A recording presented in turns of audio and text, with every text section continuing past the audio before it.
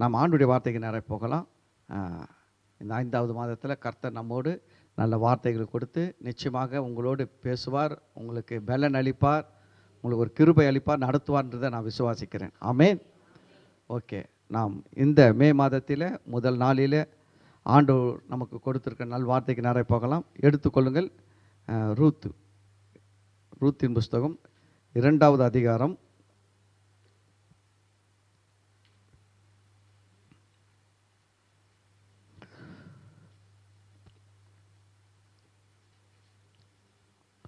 12வது வசனம்.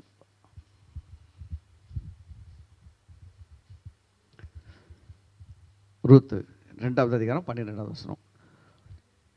உன் செய்கைக்கு தக்க பலனை கர்த்தர் உனக்கு கட்டளையிடுவாராக. இஸ்ரவேலின் தேவனாகிய கர்த்தருடைய செட்டைகளின் கீழ் அடைக்கலமாய் வந்த உனக்கு அவராலே நிறைவான பலன் கிடைப்பதாக என்றான். ஆமேன். அல்லேலூயா. இது போவாஸ் ரூத்தை ஆசீர்வதித்து சொல்லுகிற ஒரு வார்த்தை. அவர் சொல்கிறது என்னென்னா, ரொம்ப அழகாக இந்த வார்த்தை நான் சொல்கிறேன், நமக்கு நல்லா பொருந்தும். இந்த வசனம் நமக்கு நல்லா பொருந்தும். எப்படி நல்லா பொருந்துன்றதை நம்ம பார்க்க போகிறோம். அதுக்கு முன்னாடி பார்த்திங்கன்னா, இந்த வார்த்தை என்ன சொல்லுதுன்னா, இதில் உங்களுக்கு இந்த மாதத்தில் நான் சொல்கிற ஒரு வார்த்தை என்னென்னா, கர்த்தருடைய இஸ்ரவேலின் தேவனாகிய கர்த்தருடைய செட்டைகளின் கீழ் அடைக்கலமாய் வந்த உனக்கு அவராலே நிறைவான பலன் கிடைப்பதாக. உங்களுக்கு இந்த மாதத்தில் கர்த்தராலே நிறைவான பலன் கிடைக்கும். ஆமேன். சொல்லுங்க, எனக்கு இந்த மாதத்தில் இயேசு கிறிஸ்துவின் நாமத்தினாலே சொல்லப்பட்டிருக்கிற ஜீவனுள்ள வார்த்தையின்படி நிறைவான பலன் கிடைக்கும். ஆமேன். இதுதான் ரொம்ப முக்கியமான காரியம். சரி, முதல்ல அந்த வார்த்தை என்ன சொல்றதுன்னா, உன் செய்கைக்கு தக்க பலனை கர்த்தர் உனக்கு கட்டளையிடுவாராக. கர்த்தர் நல்லவர், கிருபை உள்ளவர், இரக்கம் உள்ளவர், தயவு உள்ளவர், அன்புள்ளவர், எல்லாமே இருக்குது அவர்கிட்ட. அதே சமயம் அவர் நீதி உள்ளவரும் கூட இருக்கிறார்.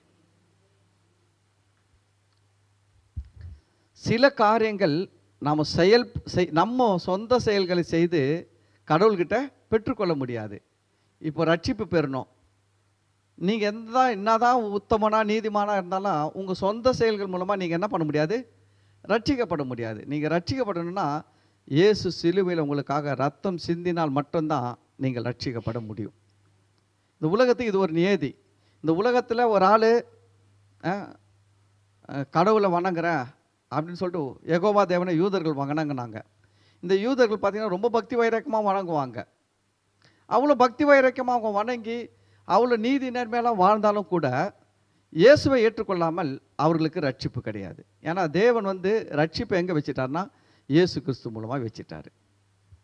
இப்போ அந்த ரட்சிப்பை பெறுவதற்கு நம்முடைய செயல்கள் தேவையில்லை. இயேசுக்கிட்ட ரட்சிப்பை பெறுறதுக்கு நம்ம போயிட்டு ஆண்டவரே நான் வாரத்துக்கு 2 தடவை உபவாசிக்கிறேன், 3 தடவை உபவாசிக்கிறேன் சொல்லவே வேண்டாம். எல்லாமே அவருடைய பலன் வந்துடுச்சு, அதில் வந்துடும் நமக்கு. அதுக்கப்புறம் ரட்சிக்கப்பட்ட எல்லாருக்குமே என்ன இருக்குதுன்னா கிருபை இருக்கிறது. ரட்சிக்கப்பட்டவர்கள் மேலே என்ன இருக்குது, கிருபை இருக்குது. அப்போது இந்த கிருபைன்றது என்னென்னா, இயேசு கிறிஸ்து நம்முடைய வியாதிகளை சிலுவையில் சுமந்து தீர்த்து விட்டார், நம்முடைய தரித்திரங்களை சுமந்து தீர்த்து விட்டார், நம்முடைய சாபங்களை சுமந்து தீர்த்து விட்டார். இப்படி நிறைய இயேசு செஞ்சதுனால வருகிற நன்மைகள் எல்லாம் அவருடைய கிருபைகள். ஆனால் இந்த கிருபை எல்லாருக்குமே கொடுக்கப்பட்டிருக்குது. ஆனால் இதில் எல்லாருமே வளர முடியும். எல்லாருமே இந்த கிருபையில் என்ன பண்ண முடியும், பெருக முடியும். கிருபையில் பெருகுவீர்களாக, கிருபையில் என்ன பண்ணணும், பெருகுவீர்களாகன்னு சொல்லுது. அப்போ கிருபையில் பெருக முடியும். அந்த கிருபையில் பெருகிறதுக்கு தான் நம்முடைய செயல்கள் அவசியமாக இருக்கிறது. கிருபைன்றது என்னென்னா செயல்களின் அடிப்படையில் கொடுக்கல, அவர் ஃப்ரீயாக கொடுத்துட்டாரு. அதை டெவலப் பண்ணணும் நம்ம. அல்லேலூயா. அதில் டெவலப் ஆகலாம். அந்த கிருபையில் நம்ம என்ன பண்ணலாம், பெருகலாம். எப்படி கிருபையில் பெருகலாம் அப்படின்னா, அது என்னென்னா நமக்கும் தேவனுக்கும் இருக்கிற உறவு ரொம்ப முக்கியம். உங்களுக்கும் தேவனுக்கும் இருக்கிற உறவு, நீங்கள் தேவன், உங்கள் வாழ்க்கை எப்படி இருக்குது, தேவனோடு கூடிய உங்கள் உறவு, வாழ்க்கை, செயல்கள் எல்லாம் எப்படி இருக்குது, அது ரொம்ப முக்கியம். ரட்சிப்புக்குள்ளே வந்துட்டோம், கிருபையை பெற்று இருக்கிறோம். கிருபையில் ஒருத்தர் வந்து இப்போ என்ன சொல்கிறது, இது எப்படின்னு கேட்டிங்கன்னா, ஆண்டவர் சொன்ன மாதிரி தான், ஒரு ஓமை சொன்ன மாதிரி தான். ஒருத்தனுக்கு 5 தாலந்து கொடுத்துட்டாரு, ஒருத்தனுக்கு 2 தாலந்து கொடுத்துட்டாரு, ஒருத்தனுக்கு 1 தாலந்து கொடுத்துட்டாரு. இது வந்து கிருபையில் கொடுத்துட்டாரு. கிருபையில் என்ன பண்ணிட்டாரு, கொடுத்துட்டாரு. ஆனால் இதில் வந்து இல்லைன்னு சொல்கிறதுக்கு யாருமே இல்லை. 3 பேருக்கும் எனக்கு கொடுக்கல, எனக்கு இல்லைன்னு சொல்கிறதுக்கு இல்லை, இருக்குது. 3 பேருக்குமே கொடுக்கப்பட்டு இருக்கிறது. சுகம் கொடுக்கப்பட்டு இருக்கிறது, ஆரோக்கியம் கொடுக்கப்பட்டு இருக்கிறது, ஆசீர்வாதம் கொடுக்கப்பட்டு இருக்கிறது, நன்மைகள் கொடுக்கப்பட்டு இருக்குது. இதில் விருத்தி அடையணும், அதுதான் முக்கியம். எல்லாருக்கும் கொடுக்கப்பட்டிருந்தாலும் விருத்தி அடையிறது நம்ம கொஞ்சம் சில காரியங்களை என்ன பண்ணணும், செய்ய வேண்டி இருக்கிறது. நம்ம செய்கிறதுனால தான் ஆண்டவர் கொடுப்பார்ல, நம்ம செய்கிறதுக்கு முன்னாடியே கர்த்தர் கொடுத்துட்டாரு. அந்த 5 தாலந்து எப்போ கொடுத்தாரு, அவன் நல்லா சம்பாதிப்பான்னு தெரிஞ்சு கொடுத்தாரா, இல்லை அவன் என்ன ப்ரூஃப் பண்ணானா, நாங்கள் அப்படிலாம் ஒர்க் பண்ணுற ஹார்ட் ஒர்க்கர், அதெல்லாம் பார்க்கல, கொடுத்தாரு. அவனுடைய திறமைக்கு தக்கதாக கொடுத்தாரு. அதுபோல் கிருபை தேவன் எல்லாருக்கும் பொதுவாக கொடுத்துருக்கிறாரு. இயேசு ஏற்றுக்கொண்ட எல்லாருக்கும் இயேசு கிறிஸ்துவின் சிலுவை மரணத்தின் மூலமாய் உண்டான கிருபையின் ஈவுகளை கொடுத்துருக்கிறார். அந்த கிருபையின் ஈவுகளில் நம்ம வளரலாம். ஒன்றை வச்சுன்னு கடைசி வரைக்கும் ஒன்னோடவே வாழ்ந்த மாதிரியும் இருக்கலாம், ஒரே தாளந்தோடு வாழ்ந்த மாதிரியும் இருக்கலாம், 5 தாளந்தை 10 ஆக்கணும் மாதிரி இருக்கலாம், 2 தாளந்தை 4 ஆக்கணும் மாதிரியும் நம்ம இருக்கலாம், முடியும். இப்போ இதுக்கு பார்த்தீங்கன்னா கொடுக்குறது அவர் கொடுத்துட்டாரு, இதை டெவலப் பண்ணுறது தான் நம்ம கையில் இருக்குது. அல்லேலூயா, அல்லேலூயா. இப்போ தேவன் கிருபையில் நம்மளை பெருகும்படி அழைத்திருக்கிறார். இந்த கிருபையில் பெருகிறதுக்கு தான் பார்த்தீங்கன்னா நம்ம ஏன் ஜெபிக்கணும். ஒரு ஆண்டோடைய பிள்ளைக்கு ப்ரேயர் லைஃப் கொஞ்சம் ஒழுங்காக இருக்கணும். தேவனுடைய பிள்ளைகள்லாம் ஜப வாழ்க்கைன்ற ஒன்று இருக்கணும். எனக்கு தனிப்பட்ட ஜப வாழ்க்கையே இல்லைன்னா நான் சொல்கிறேன், நீங்கள் உங்களை சரி பண்ணிக்கணும். நீங்கள் உங்களை என்ன பண்ணிக்கணும், சரி பண்ணிக்கணும். ஏன்னா உங்களுக்கும் தேவனுக்கும் நம்ம வந்து கவனிங்க, நம் தேவன் வந்து இந்த உலகத்தில் கோடி தெய்வங்கள் இருந்தாலும் நம்முடைய தேவனோ மெய்யான தேவன். உலகத்தில் கோடி தெய்வங்கள் இருந்தாலும் நாம் வணங்குகிற, நாம் ஆராதிக்கிற தேவன் மெய்யான தேவனாக இருக்கிறார். அப்போ இந்த ஜீவனுள்ள தேவனை, மெய்யான தெய்வத்தை வழிபடுகிற நாம அந்த தெய்வங்களை வழிபடுகிற மாதிரி நாமளும் இருந்தோம்னா அது தப்பு. ஆனால் இதில் கொடுமை என்னன்னா, தெய்வம் அல்லாததை தெய்வம் சொல்லி வணங்குகிறவன், பைபிள் சொல்லுதுங்க, ரொம்ப அழகாக சொல்லுது, ஒரு மனுஷன் அசோக மரத்தை வெட்டுகிறான். ஒரு மனுஷன் என்ன பண்ணுறான்னா, ஏசாயால இருக்குது, ஒரு மனுஷன் அசோக மரத்தை வெட்டுகிறான். அதை வெட்டி என்ன பண்ணுறான், ஒரு சிலையை, ஒரு உருவத்தை, விக்கிரகத்தை உண்டு பண்ணுகிறான். அதில் மீற கட்டையில் அவன் உட்கார்றதுக்கு ஒரு ஸ்டூலும் ரெடி பண்ணுறானா. அப்புறம் இதெல்லாம் செஞ்சு தூள் கொஞ்சம் சின்ன சின்ன துண்டு பீஸ்லாம் மீந்துச்சு பார்த்தீங்களா, அதை எடுத்துன்னு போயிட்டு சிக்கன் 65 சமைச்சானா, கறி சமைச்சான், அடுப்பெரிச்சு என்ன பண்ணிட்டான், சாப்பிட்றதுக்கு செஞ்சான்.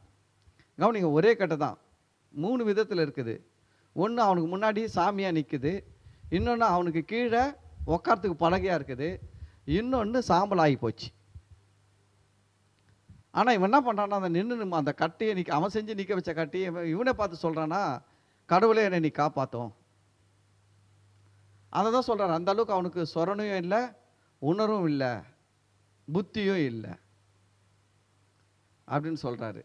நான் சொல்ல பாருங்க, ஆனால் இப்படிப்பட்ட தெய்வமல்லாத மற்றதை தெய்வம் என்று சொல்லி வணங்குகிற மக்கள் கூட நான் சொல்கிறேன் எவ்வளோ பக்தியாக இருக்கிறாங்க.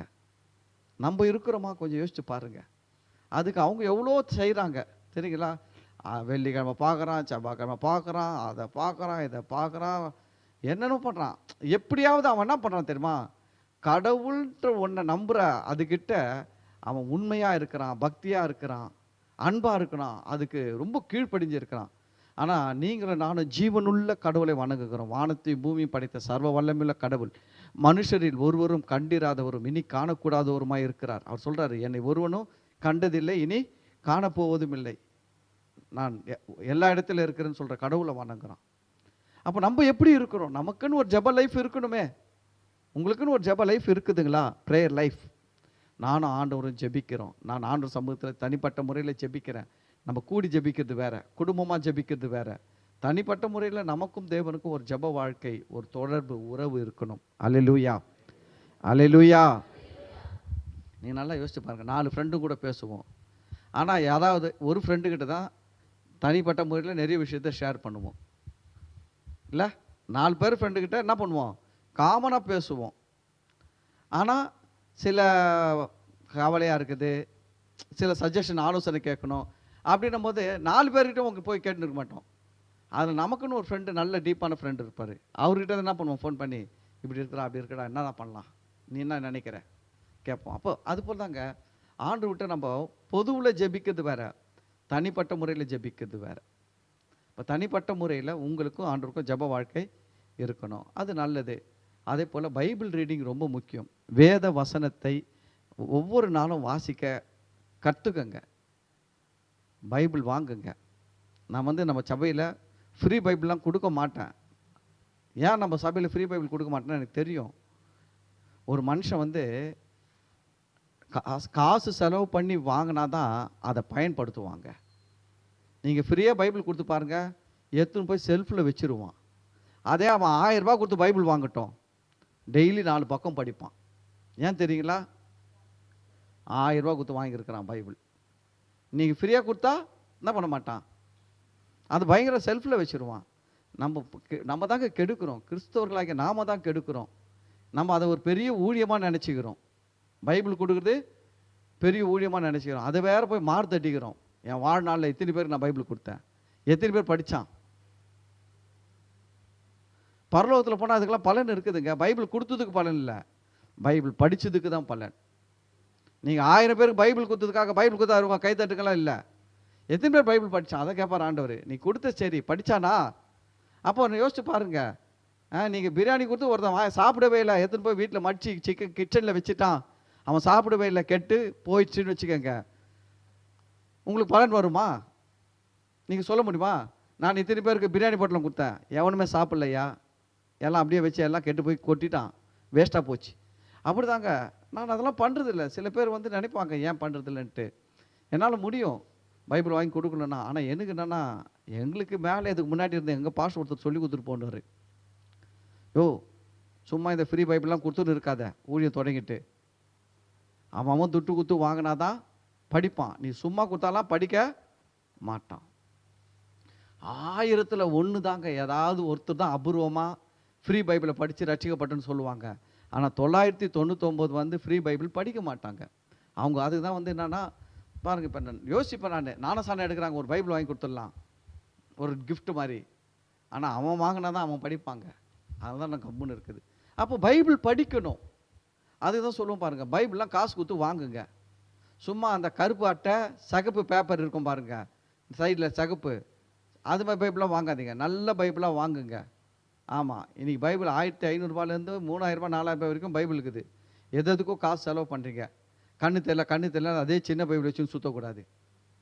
நல்ல பெரிய எழுத்து இருக்கிற பைபிளாக வாங்கி, ஒன்றும் பைபிள் பெரிய எழுத்து இருக்கிற பைபிளாக வாங்க, இல்லை கண்ணாடியாவது வாங்கு. 2ம் வாங்க மாட்டேன்னா அப்போ எப்போ தான் பைபிள் படிப்பீங்க? ஏதாவது ஒன்று மாறணும். பைபிள் பெரிய எழுத்து பைபிளாக வாங்குங்க. நான் இன்னும் கூட சொல்கிறேன் பாருங்கள், வீட்டில் படிக்கிறதுக்கு ஒரு பைபிள் வச்சுக்கோங்க, வெளியில் எடுத்துன்னு போகிறதுக்கு ஒரு பைபிள் வச்சுக்கோங்க. வீட்டில் ரெகுலராக படிக்கிறது நல்லா கண்ணுக்கு தெரியுற மாதிரி பெரிய எழுத்து சொல்கிறேன். 40 வயசுக்குள்ளே இருக்கும் பிரச்சனை கிடையாது. 40 வயசுக்கு மேலே போகிறவங்களுக்கு தான் என்ன ஆகும், சின்ன எழுத்துலாம் கொஞ்சம் தெரியாது. ஒன்று பெரிய எழுத்து உள்ள பைபிள் வாங்கி படிங்க, இல்லை ஒரு வீட்டில் கண்ணாடியாவது வாங்கி வச்சுக்கோங்க. அட்லீஸ்ட் வெளியில் கண்ணாடி போட்டுன்னு தெரியலனாலும் வீட்டிலையாவது கண்ணாடி போட்டு பைபிள் படிக்கணும். எப்படியாவது பைபிள் படிக்கணும், அது ரொம்ப முக்கியம். இன்னும் கூட சொல்கிறேன் கேளுங்க, தமிழ் பைபிள்லாம் உங்களுக்கு ஃபோன்லேயே டவுன்லோட் பண்ணி கேட்குற மாதிரிலாம் இருக்குது.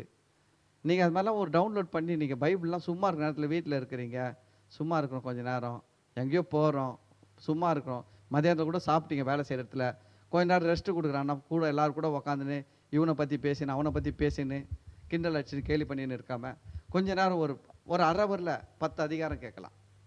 அரை ஹவரில் 10 அதிகாரம் பைபிள் வசனம் கேட்கலாங்க. அழகாக அது நீங்கள் காதை போட்டு வச்சிட்டிங்கன்னா அது பாட்டு அழகாக சொல்லின்னு இருக்கோங்க.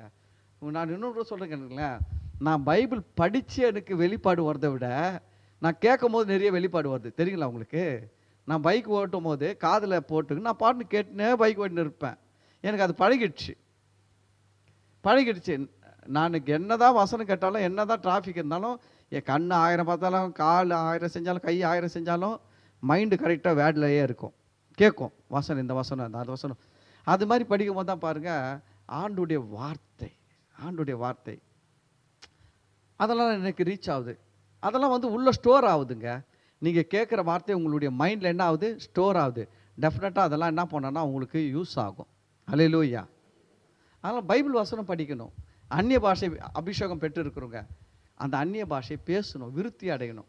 சும்மா அதை வந்து ஞாயிற்றுக்கிழமை மட்டும் சர்ச்சில் வந்து பேசிட்டு மற்ற 6 நாள் பேசாமல் இருக்கிறது இல்லை. வீட்டில் பேசணுங்க. வீட்டில் தனிப்பட்ட முறையில் தனி ஜபம் பண்ணும்போது கொஞ்ச நேரம் ஆண்டவர் கொடுத்த அந்நிய பாஷையை பேசுங்க. நான் சொல்கிறேன், சபையில் அந்நிய பாஷை உங்களுக்கு விருத்தி அடைகிறத விட தனிப்பட்ட ஜபத்தில் தான் அந்நிய பாஷை விருத்தி அடையும். நான் பார்த்துருக்குறேன். தனிப்பட்ட முறையில் நீங்கள் நல்லா அந்நிய பாஷை பேசிட்டு சபைக்கு வந்தீங்கன்னு வச்சிங்களேன், சபையில் நல்ல ஃபயராக உங்களுக்கு நிறைய பற்பல பாஷைகள் வரும். அந்நிய பாஷைகள்லேருந்து என்னென்ன வரும்? பற்பல பாஷைகள், டங்ஸு மாறுங்க. நீங்கள் பேசுகிற அந்நிய பாஷையை மாறும். புரியுதுங்களா? அப்போ இதெல்லாம் வந்து என்னென்னா, இதெல்லாம் நமக்கு தேவை. அதே போல் நம்ம சபைக்கு வரோம், சரியான நேரத்துக்கு வரணும். முக்கியம். நான் லேட் ஆகிடுச்சு, அதுக்கு காரணம் 1000 இருக்கலாம், ஆனால் லேட்டு தான் இல்லை. ஆனால் சரியான நேரத்துக்கு என்ன பண்ணணும்? சபைக்கு வரணும். தேவனை கனம் பண்ணுற காரியத்தில் கரெக்டாக கனம் பண்ணணும். இதெல்லாம் நம்முடைய செயல்கள். கிருபையில் நம்ம கிருபையில் விருத்தி அடைய முடியும், கிருபையில் பெருக முடியும். அல்லேலூயா. இப்போது கவனிங்க, ரட்சிக்கப்படாதவன் ரட்சிப்புக்காக என்ன செஞ்சாலும் அவனுக்கு ரட்சிப்பு கிடைக்காது. ஆனால் இயேசுவை ஏற்றுக்கொண்ட நாம் ரட்சிக்கப்பட்டுட்டோம், கிருபையை பெற்றிருக்கிறோம். புரியுதுங்களா? அப்போது அந்த கிருபையில் வளர்றதுக்கு அவனை விட நாம் தான் நிறைய செய்யணும். அவனை விட நாம் தான் செய்யணும். இப்போ நம்ம பண்ணுற ஜபத்துக்கு நிறைய பலன் இருக்குது. நம்ம வாசிக்கிற வேத வசனம் வாசித்தோம்னா கர்த்தர் நிச்சயமாக நம்மோடு நிறைய காரியங்கள் பேசுவார். அப்போ நம்ம அதில் பெருகணும். அப்போ பாருங்கள், அதை தான் சொல்கிறாரு, உன் செய்கைக்கு தக்க பலனை கர்த்தர் உனக்கு கட்டளையிடுவாராக. தேவன் வந்து கிருபை உள்ளவராக இருந்தாலும் கவனிங்க, எல்லாருக்கும் ஒரே மாதிரி பலன் கொடுப்பது கிடையாது. எல்லாருக்கும் இயேசுவை ஏற்றுக்கொண்டோம், நம்மளாம் பரலோகத்துக்கு போனால் எல்லாருக்கும் அந்த 150 ரூபா தட்டே கொடுப்பா, அப்படியே கொடுப்பாரு. எல்லாருக்கும் ஆள் ஒரு 150 ரூபா தட்டு கொடு, எல்லாருக்கும் கொடு, அப்படியே கொடுப்பாரு? கொடுக்கவே மாட்டார். ஏன்னா அவரே சொன்னார், இதோ நான் சீக்கிரமாக வருகிறேன், அவனுடைய கிரியைகளுக்கு தக்க பலன் என்னோடு கூட வருகிறது. அப்போ என்னன்னா, அவர் வரும்போது நம்முடைய செயல்களுக்கு தக்க பலன் அவரோடு கூட என்ன பண்ணான்? வருதான். அப்போ நம்ம ஆத்துமாதாயம் பண்ணணும்னா அதற்கேற்ற பலன். புரியுதுங்களா? ஆண்டவருடைய சமூகத்தில் அவரை துதிச்சு இருக்கிறோம், ஜெபிச்சு இருக்கிறோம், அவருடைய வார்த்தையை வாசிச்சிருக்கிறோம், 4 பேர் சொல்லியிருக்கிறோம், அதற்கேற்ற பலன் அவரோடு கூட என்ன பண்ணான்? வருகிறது. இயேசுவை ஏற்றுக்கின்னு வருஷத்தில் புது வருட ஆராதனைக்கு மட்டும் போயிட்டு வந்தால் அதுக்கேற்ற மாதிரி தான் பலன் வரும். வாரம் போயிட்டு வந்தால் அதுக்கேற்ற மாதிரி பலன் வரும். எல்லாத்துக்குமே பலன் இருக்குதுங்க. நீங்கள் தேவனுடைய சமூகத்துக்கு அங்கேருந்து இவ்வளோ தூரம் நடந்து வரீங்க பார்த்தீங்களா, அதுக்கு கர்த்தர் பலன் வச்சுக்கிறாரு. தெரியுமா உங்களுக்கு? அங்கேருந்து நடந்து வரீங்க பார்த்தீங்களா, நீங்கள் நினச்சி வருவீங்க, ஐயோ நடக்கிறோமே வேர்வை ஊற்றுதே, பலன் வச்சிருக்கிறார் கர்த்தர். உன் கண்ணீர் யாவையும் அவர் என்ன பண்ணியிருக்கிறாரா? தோற்பையிலே வைத்திருக்கிறாரா? தோல் பையில் என்ன பண்ணியிருக்காரா? கண்ணீரை வச்சு இருக்கிறாராம். அப்படின்னா என்ன அர்த்தம்னா, நீங்கள் படுகிற பிரயாசங்கள், தேவனுக்காக நீங்கள் செய்கிற எல்லா செயல்களுக்கும் பலனை கொடுக்கும்படி அவர் நீதி உள்ள தேவனாக இருக்கிறார். நம்ம அதனால தான் நம்ம என்ன பண்ணோம், தேவனுடைய சமூகத்துக்கு வரதெல்லாம் நம்மளுக்கு ஒரு பெரிய பாக்கியம். அதெல்லாம் மிஸ் பண்ணக்கூடாது. சொல்லிட்டு இந்த இடத்துல பார்த்தீங்கன்னா, இதை யாருக்கிட்ட சொல்கிறார்? ரூத்துக்கிட்ட சொல்கிறாரு போவாஸ். ரூத்தை பற்றி சொல்லணும்னா நம்ம பார்த்தீங்கன்னா 11ஆவது வசனத்தில் தான் அது டீட்டெயில் சொல்கிறாரு. அதற்கு போவாஸ் பிரத்யுத்தரமாக, உன் புருஷன் மரணம் அடைந்த பின்பு நீ உன் மாமியாருக்காக செய்ததும், நீ உன் தகப்பனையும் உன் தாயையும் உன் ஜன்ம தேசத்தையும் விட்டு முன்னே அறியாத ஜனங்களிடத்தில் வந்ததும் எல்லாம் எனக்கு விவரமாய் தெரிவிக்கப்பட்டது. இந்த ரூத்தம்மா என்ன பண்ணிக்கிறாங்கன்னா, இந்த ரூத்து பார்த்தீங்கன்னா நம்முடைய ரட்சிப்புக்கு அடையாளம். ரூத்து யாருக்கு அடையாளம்? நம்முடைய ரட்சிப்புக்கு அடையாளம். ரூத்துடைய சொந்த தேசம் எதுன்னு கேட்டிங்கன்னா, அவங்க இருந்த மோவாப் தேசம். நம்ம கூட பாருங்க, ரட்சிக்கப்படுறதுக்கு முன்னாடி மோவாப் ஒரு சபிக்கப்பட்ட தேசம். மோவாப்னா என்னன்னா சபிக்கப்பட்டவன். மோவாபியர்கள் யாருன்னா சபிக்கப்பட்டவர்கள், தேவனால் சபிக்கப்பட்டவர்கள். கிட்டத்தட்ட தேவன் ஸ்டார்டிங்கில் சொன்னார், 10 தலைமுறை வரைக்கும் இந்த சந்ததி என்ன பண்ணக்கூடாது, என் சமூகத்துக்கு வரக்கூடாது. ஏன்னா பெரிய தவறுனால பிறந்த சந்ததி. ஒரு மோசமான ஒரு தகப்பனுக்கும் பிள்ளைக்கும் பிறந்த சந்ததி தான், பிறந்தவன் தான் மோவாப், அம்மோனியர். இந்த 2 பிள்ளைகள் வந்து ஒரு தகப்பன் பிள்ளை, அவங்க 2 பேருக்கு பிறந்த பிள்ளைகள் தான் மோவாபியர், அம்மோனியர். அதனால் இந்த மோவாபியர் குறித்து தேவனுக்கு பெரிய கோபம்.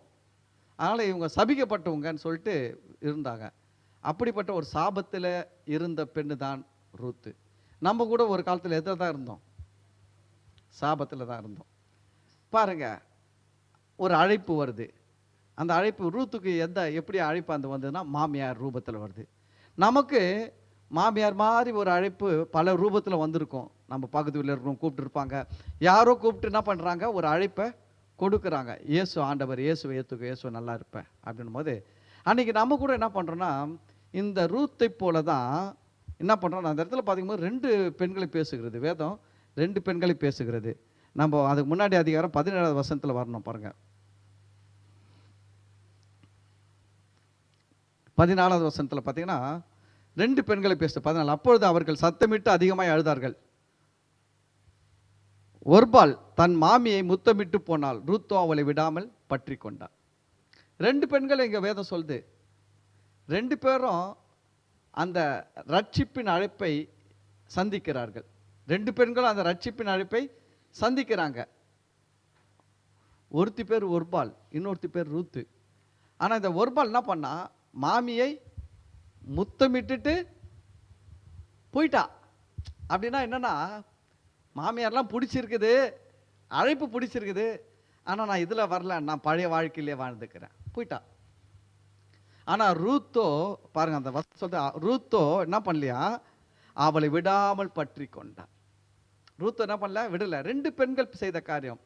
அந்த அழைப்பு, ரட்சிப்பின் அழைப்பு எல்லா மனுஷருக்கும் தேவன் கொடுப்பார், எல்லா மனுஷர்களுக்கும் அந்த அழைப்பு கொடுப்பார். ஆனால் நிறைய பேர் என்ன பண்ணுவாங்கன்னா, அப்படி ஒரு முத்தம் கொடுத்துட்டு போயிடுறாங்க, சொல்லிட்டு போயிடுவாங்க, இயேசு நல்லவர் தாங்க, இயேசு ரட்சகர் தான், நீங்கள் சொல்லுறதெல்லாம் புரியுது, ஆனால் எங்கள் குடும்பத்தில் இயேசுவெல்லாம் ஏற்றுக்குன்னா ஆகாது, எங்கள் வீட்டுக்கெல்லாம் ஆகாது, எங்கள் ஜாதிக்கு ஆகாது அப்படின்னு சொல்லிட்டு என்ன பண்ணுவாங்க, முத்தமிட்டுட்டு போன ஒர்பால் போல் நிறைய பேர் போயிடுவாங்க. ஆனால் ஒரு பெண் பார்த்திங்கன்னா ரூத்து அந்த அழைப்பை விடலை, உறுதியாய் பற்றி கொண்டாள். அந்த அழைப்பை என்ன பண்ணல, விடலை, உறுதியாய் பற்றி கொண்டாள். அதுதான் இங்கே பேசுது. அந்த உறுதியாய் பற்றி கொண்ட ரூத்துக்கு என்ன ஆசீர்வாதம் பேசுதுன்னா, அதுக்கு தான் சொல்லுது, உன் செய்கைக்கு தக்க பலனை கர்த்தர் உனக்கு கொடுப்பார். பாரு, நான் சொல்கிறேன், உங்கள் செய்கைன்றது என்னன்னா, இந்த இடத்துல பைபிள் என்ன சொல்லுதுன்னா, நீங்கள் ஆண்டவரை ஏற்றுக்கொண்டீங்க பார்த்தீங்களா, அதுதான் உங்கள் செய்கை. ஆண்டவரை விசுவாசித்து ஆண்டவராக இரட்சகராக ஏற்றுக்கொண்டு என் ஜீவன் இருக்கிற வரைக்கும் இந்த ஆண்டவரை நான் வணங்குவேன்னு சொல்கிறீங்க பார்த்தீங்களா, அதுதான் உங்கள் செய்கள். இந்த செயல்களுக்கு ஏற்ற பலனை கர்த்தர் உனக்கு கட்டளையிடுவாராங்கன்னு சொல்லிட்டு, இஸ்ரவேலின் தேவனாகிய கர்த்தருடைய செட்டைகளின் கீழ் அடைக்கலமாய் வந்த உனக்கு அவராலே நிறைவான பலன். நான் பாருங்கள் யோசித்தேன், ஒரு கோழி அது சட்டை இப்படி வச்சு நிற்கும். இந்த கோழிக்கு பார்த்திங்கன்னா அந்த குட்டிங்கெல்லாம் 10 இருக்கும், 12 இருக்கும், நிறைய குட்டி போடும். நாங்கள் வச்சுருக்குறோம் ஒரு தட்டில் வந்து முட்டையை லைனாக வச்சுட்டு அது இப்படியே எல்லாம் ஆடாத படிக்க வச்சு கோழி வளர்த்து பார்த்துக்கிறேன். வச்சு அது கோழி வந்து அது வந்து உட்காந்துட்டு போவோம். அது வந்து குட்டி பொடிச்சுன்னு வச்சுன்னா அப்படியே சுற்றி அப்படி நிறைய இருக்குங்க, பார்க்கறதுக்கு அழகாக இருக்கும். கோழி, தாய் கோழி, அது குட்டிங்கெல்லாம் அப்படியே பரபரப்பாக ஓடுங்க. ஒன்று ஓடிச்சுன்னா எல்லாம் லைட்டாக ஓடும், எல்லாம் ஒன்றா ஓடியாரும். ஒரே வீட்டில் ஒரே அபகலமாக இருக்கும், தூங்க முடியாது. தூங்குனா எழுது காதை குத்திக்கிட்டு இருக்கோம், எங்கெங்கேயோ குத்திட்டு கிடக்குங்க, தூங்க முடியாது. நல்லா இருக்கும் அது பார்க்கறதுக்கு. ஆனால் பார்த்தீங்கன்னா அந்த செட்டையின் நிழலில் எந்த கோழி குட்டியெல்லாம் இருக்குதோ அதுக்கு தாங்க அடைக்கலம். ஒரு தாய் கோழியுடைய சிறகு நிழலில் இருக்கிறதுக்கு தான் அடைக்கலம் கிடைக்கும் ஒழிய, ஆனால் சிறகு எப்பவுமே இருக்குது, சிறகுல நிழல் இருக்குது. அந்த நிழலில் இருக்கிற கோழி குஞ்சுக்கு தான் என்ன கிடைக்கும், அடைக்கலம் கிடைக்கும், பாதுகாப்பு கிடைக்கும், நன்மை கிடைக்கும். ஆனால் இது எங்கே போய் சுற்றி இருந்தால் என்ன பண்ணும், காக்கா கழுகு பறந்து எல்லாம் தூக்க தான் ஆரம்பிச்சிடும். அதுதான் ரொம்ப முக்கியம். இயேசுவை ஏற்றுக்கொண்ட நாமும் அவருடைய செட்டையின் நிழலில் இருக்க பழகணும். நிறைய பேர் பாருங்கள் இயேசு ஏற்றுப்பாங்க, வாரத்தோடு வாரம் ஞாயிற்றுக்கிழமை நேரம் கழிச்சா சர்ச்சைக்கு வருவோம், இல்லைனா இல்லை. அது என்னன்னா நீங்கள் அவருடைய செட்டை நிழலில் இல்லை. எப்பவுமே செட்டை நிழலில் இருக்கிறோம். ஒவ்வொரு நாளும் ஒவ்வொரு நிமிஷமும் எல்லா நேரத்திலும் நம்ம அவருடைய செட்டை நிழலில் இருக்கிறத நாம் உணரணுமா? உங்கள் மனசில் நான் தேவனுடைய செட்டை நிழலில் இருக்கிறேன் அப்படின்ற ஒரு நிச்சயம் வருதா? எப்போ வர தெரியுங்களா? நீங்கள் நல்லா ஜெபம் பண்ணி நல்லா பைபிள் படித்து ஆண்டவர் கூடவே இருந்தீங்கன்னா உங்களுக்கு ஆட்டோமேட்டிக்காக என்ன அந்த உணர்வு வர தெரியுங்களா? நான் தேவனுடைய செட்டையின் நிழலில் இருக்கிறேன். அப்படி இல்லைன்னா உங்களுக்கு அந்த அந்த உணர்வு வராது. நான் சொல்லவே வேணாம், நீ இருக்கிறேன் இல்லைன்னா உங்களுக்கே தெரியும். ஆமேன். சரி, அதை சரி பண்ணுவோம். அப்புறம் இதில் எனக்கு ரொம்ப பிடிச்ச ஒரு வசனம் பார்த்தீங்கன்னா, அடுத்தது 3ஆவது அதிகாரத்தில் முதல் வசனத்தில் பார்த்தீங்கன்னா, இதில் ஆண்டவர் பேசினார் ஒரு வார்த்தை என்கிட்ட. பின்பு ரூத் 3ஆவது அதிகாரம் முதல் வசனம். பின்பு அவள் மாமியாகிய நகோமி அவளை நோக்கி, என் மகளே, நீ சுகமாய் வாழ்ந்திருக்கும்படி நான் உனக்கு சௌக்கியத்தை தேடாது இருப்பேனோ. என்ன சொல்கிறாங்க பார்த்தீங்களா? நீ சுகமாய் வாழ்ந்திருக்கும்படி நான் உனக்கு எதை தேடாமல் இருப்பேன் கேட்குறாங்க? நல்வாழ்வு. சௌக்கியம் என்பது நல்வாழ்வு, உயர்வு, வெற்றி, நன்மைகள். ஒரு நன்மை நிறைந்த வாழ்க்கையை உனக்கு உண்டாக்க நான் முயற்சி செய்யாமல் இருப்பேனா? உனக்கு ஒரு நல்ல வாழ்க்கை வரத்துக்கு நான் அதில் கவனம் செலுத்தாமல் இருப்பேனா? அப்படி அதுக்கு அர்த்தம் என்னென்னா, உனக்கு நல்ல வாழ்க்கை வரத்துக்கு நான் முயற்சி செய்வேன், நான் வேலை செய்வேன், நான் செயல்படுவேன் அப்படின்றதான் அர்த்தம். பாருங்கள், அந்த வசனம் அதுதான் சொல்லுது. நீ சுகமாய் வாழ்ந்திருக்கும்படி நான் உனக்கு சௌக்கியத்தை. ஆண்டவர் பேசினார். ஒரு மனுஷி, இந்த நகோமி யாருன்னா ஒரு மனுஷி, சாதாரண மனுஷி. இந்த நகோமி கிட்ட ரூத்து ஒரு மருமக ஒரு பால் முத்தமிட்டு போயிட்டா. அந்த மாதிரி சொல்கிறாங்க, அம்மா நீங்கள் உங்கள் சொந்த ஊருக்கே போயிடுங்க. என்ன, இந்த அம்மாவுக்கு 2 பசங்க இருந்தாங்க. யாருக்கு? நகோமிக்கு. 2 பசங்களுக்கு 2 கல்யாணம் பண்ணாங்க. ஒரு மருமக பேர் ஒருபால், இன்னொரு மருமக பேர் ரூத்து. 2 பிள்ளைகளும் இறந்துட்டாங்க. 2 பிள்ளைகளும் பட்டுன்னு இறந்த உடனே, அவங்க கணவரும் இறந்த உடனே இவங்க சொந்த தேசத்துக்கு திரும்பி வராங்க. சொந்த தேசத்துக்கு வரும்பொழுது மருமகள்கள் அழுகுறாங்க மாமியார்கிட்ட. அழும்போது இந்த மாமியார் சொல்கிற வார்த்தைனா, நீங்கள் போய் என்ன பண்ணுங்க, உங்கள் சொந்த ஊரில் உங்கள் அப்பா அம்மா கூடவே இருந்து வாழ்ந்துக்கங்க. நான் உங்களுக்கு என்ன பண்ண முடியாது, உங்களுக்கு என்ன பண்ண முடியும், என்னால் என்ன லாபம் வரும் அப்படின்னு சொல்லிட்டு கேட்குறாங்க. அப்போ தான் இந்த ஒரு பால் முத்தமிட்டு போயிட்டாங்க. ஆனால் ரூத்து பற்றி கொண்டாங்க. ரூத்து பற்றி கொண்ட உடனே தான் இந்த ரூத்து கிட்ட தான் இந்த அம்மா சொல்கிறாங்க வார்த்தை. ரூத்து பற்றி கொண்டாங்க, உடனே சொல்லலை. ஒரு அதிகாரம் ஓடிடுச்சு.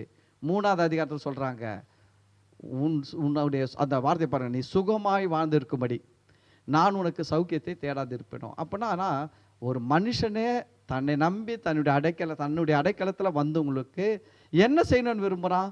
அவன் சுகமாய் வாழணும், அவனுக்கு நல்ல சௌக்கியம் நன்மை நிறைஞ்சிருக்கணும், அவன் நல்லா இருக்கணும்னு நினைக்கிறான். அப்போ ஆண்டவர் சொன்னார், என்னை நம்பி வந்திருக்கிறாங்களே என் ஜனங்கள், யாரை நம்பி வந்திருக்கிறாங்க? என்னை நம்பி வந்திருக்கிறாங்க. ஒரு சாதாரண மனுஷிய தன்னை நம்பி வந்த மருமகளை நல்லா வச்சுப்பேன்னு சொன்னால் நான் நல்லா வச்சுக்க மாட்டேன்னா? சொல்லுங்கள், ஆண்டவர் உங்களை எப்படி வச்சுப்பாரு? நல்லா வச்சு பாருங்க. அல்லேலூயா. அந்த வசனத்தை படிக்கும்போது ரொம்ப சந்தோஷமாக இருந்தது. ஆண்டவர் என்ன நல்லா வச்சுப்பார். அதனால் இந்த நாளில் நான் உங்களுக்கு சொல்கிறதுனா, இஸ்ரவேலின் தேவனாகிய கர்த்தராலே உங்களுக்கு நிறைவான பலன் இந்த மாதத்தில் வரும். ஏன்னா நீங்கள் அவர்கிட்ட அவரை நம்பி வந்திருக்கிறீங்க. அவர் நீங்கள் சுகமாக இருக்கும்படி உங்களுக்காக என்ன பண்ணுவார்னா, நன்மையை தேடாமல் இருக்க மாட்டார். உங்களுக்கான நன்மை இந்த மாதத்தில் வரும். நிச்சயமாக சொல்கிறேன், இந்த மே மாதத்தில் எங்கேருந்து வரோம் ஏதை வரலாம் ஆராய்ச்சி பண்ணாதுங்க. ஒன்றே ஒன்று தான், ஒரு மாமியாரை நம்பி வந்த மருமகளையே அந்த மாமியார் நல்லா வச்சுக்கொன்னா, கர்த்தரை நம்பி நான் வந்திருக்கிறேன். என்னை இந்த கர்த்தர் எப்படி வச்சுப்பார்? ஆமாம், என் ஜீவன் இருக்கிற நாள் வரைக்கும் கர்த்தர் என்ன நல்லா தான் வச்சுப்பார். Amen. Okay, God bless you. நாம் ஜெபிக்கலாம். ஸ்தோத்திர ஆண்டவரே, இந்த நல்ல வார்த்தைகளை நேர்லையும் ஆன்லைன்லையும் கேட்டிருக்கிற ஒவ்வொரு பிள்ளைகளுக்காக ஜெபிக்கிறேன். ஆண்டவரே, இந்த நகோமி சொல்கிற ஒரு வார்த்தை, நீ சுகமாய் வாழ்ந்திருக்கும்படி நான் உனக்கு நன்மையை தேடாமல் இருப்பேனோ என்று ஒரு மனுஷன் தன்னை நம்பி வந்த இன்னொரு மனுஷனுக்கு சொல்லும் பொழுது, ஆண்டவரே, இங்கே இருக்கிற நாங்கள் எல்லாரும் ஆண்டவரே உம்மை நம்பி வந்திருக்கிறோம். ஆனால் நீர் நகோமியை விட 1000 மடங்கு நல்லவரப்பா. நகோமியை விட 1000 மடங்கு வல்லமை உள்ளவர், கிருபை உள்ளவர், இரக்கம் உள்ளவர். ஆண்டவரே உம்முடைய செட்டைகளின் கீழே அடைக்கலமாய் வந்திருக்கிற நாங்கள் சுகமாய் இருக்கும்படியாக, ஆண்டவரே நாங்கள் வாழ்ந்து இருக்கும்படியாக, எங்கள் வாழ்நாளெல்லாம் நன்மைகளால் நிறைந்து இருக்கும்படியாக நீர் எங்களுக்கு நன்மையை தேடுகிற தேவனாய் இருக்கிறபடியால் உமக்கு நன்றி ராஜா. அப்பா, இந்த நாளிலும் இந்த மே மாதத்தின் வாக்கு தத்தத்தின்படி இயேசுவின் நாமத்தினால அப்பா, இதை நேர்லையும் ஆன்லைனில் பார்க்குற ஒவ்வொரு பிள்ளைகளுக்கும் இந்த ஜீவனுள்ள வார்த்தையின்படி அப்பா நிறைவான பலன் இயேசுவின் நாமத்தில் நிறைவான பலன் உண்டாவதாக என்று ஜெபிக்கிறேன். இயேசுவின் நாமத்தில் இந்த ஜீவனுள்ள வார்த்தையின்படி நிறைவான பலனை கட்டவிழ்க்கிறேன், ரிலீஸ் பண்ணுகிறேன். ஆண்டவரே, ஒவ்வொரு பிள்ளைகள் மேலே இந்த மாதத்தில் மே மாதத்தில் நிறைவான பலன் வருவதாக என்று சொல்லி பிளஸ் பண்ணுற ஆசீர்வாதத்தை ரிலீஸ் பண்ணுகிறேன். ஆண்டவரே, தேங்க்யூ ஜீசஸ். இப்போ இந்த நாளில் வந்து கலந்து கொண்ட ஒவ்வொரு பிள்ளைகளையும் ஆசீர்வதிங்க. உம்முடைய வார்த்தைகள் ஆண்டவரே வானம் பூமி ஒழிந்து போனாலும் என் வார்த்தைகள் ஒரு காலம் ஒழிந்து போகுதுன்னு சொன்னீங்களே, உம்முடைய ஜீவனுள்ள வார்த்தைகள் ஒழிந்து போகாத வார்த்தைகள் பிள்ளைகளின் வாழ்க்கையில் நிறைவேறட்டும். நீங்கள் மகிமைப்படுங்க, உயர்ந்திருப்பீராக. அப்பா, எங்களை தாழ்த்துக்கிறோம், உங்கள் பரிசுத்த கரத்தில் ஒப்புக் கொடுக்கிறோம். துதிகான மகிமை மாட்சிமைகளை உமக்கு செலுத்துகிறோம். ஆண்டவராக இயேசு கிறிஸ்து நாமத்தில் ஜெபிக்கிறோம், நன்றி செலுத்துகிறோம் நல்ல பிதாவே, ஆமேன். நாத்துமாவே கர்த்தரை ஸ்தோத்திரி, என் முழுவலுமே அவர் பரிசுத்த நாமத்தை ஸ்தோத்திரி. நாத்துமாவே கர்த்தரை ஸ்தோத்திரி, கர்த்தர் செய்த சகல உபகாரங்களை மறவாதே, ஆமேன். பிதாவாகிய தேவனுடைய அன்பும் கர்த்தராகிய இயேசு கிறிஸ்துவின் கிருபையும் பரிசுத்தாவினுடைய அன்யோன்யமும் ஐக்கியமும் ஆசீர்வாதமும் வழிநடத்துதலும் இப்பொழுதும் ஆண்டவராகிய இயேசு கிறிஸ்துவின் வருகை வரையிலும் நம் அனைவரோடு கூட இருப்பதாக, ஆமேன். ஹல்லேலூயா, ஹல்லேலூயா, ஹல்லேலூயா. கர்த்தர் உங்களை ஆசீர்வதிப்பார். God bless you. Happy May.